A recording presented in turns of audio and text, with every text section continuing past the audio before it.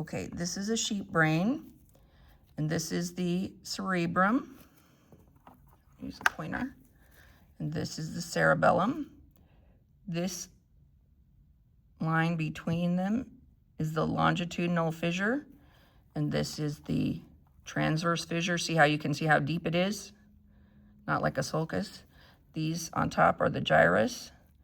These valleys are sulca.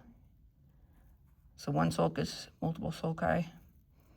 And then we should have a, it's hard to see that this could be the central sulcus going from one side to the other, which make that the frontal lobe, parietal lobe, occipital lobe. And you can't see this is obviously, these would be the temporal lobes on this side, on this side. Now if we flip this guy over, we can see this is the spinal cord. Then where it gets up to here and where it gets fatter, that is the medulla oblongata.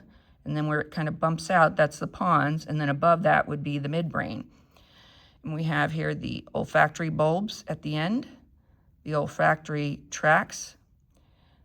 This is the optic nerve, it's cut off, so is this one. And then where it crosses is the optic chiasm. And then on this side is the optic tract. And that's all we can see for here. We're gonna cut this guy in half, being careful not to cut ourselves.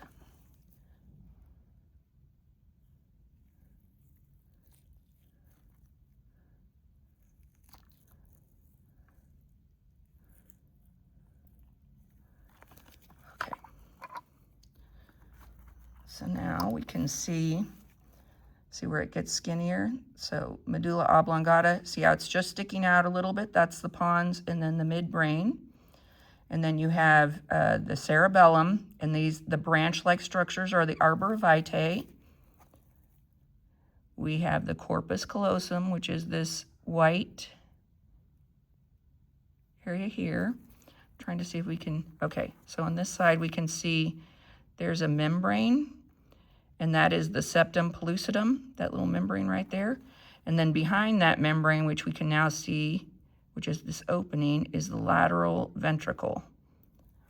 And then we'd have the third ventricle, we would have the cerebral aqueduct, and then we have the fourth ventricle right here. And then let's see what we can see on this side. We have the superior and inferior colliculus, and we have the pineal body right here. It's covered up in some goo. And then you have the thalamus, and then you would have the hypothalamus, and then here's your optic chiasm again. That's your cerebrum. I'm trying to think, is that any other parts that we need to know? I think that's it.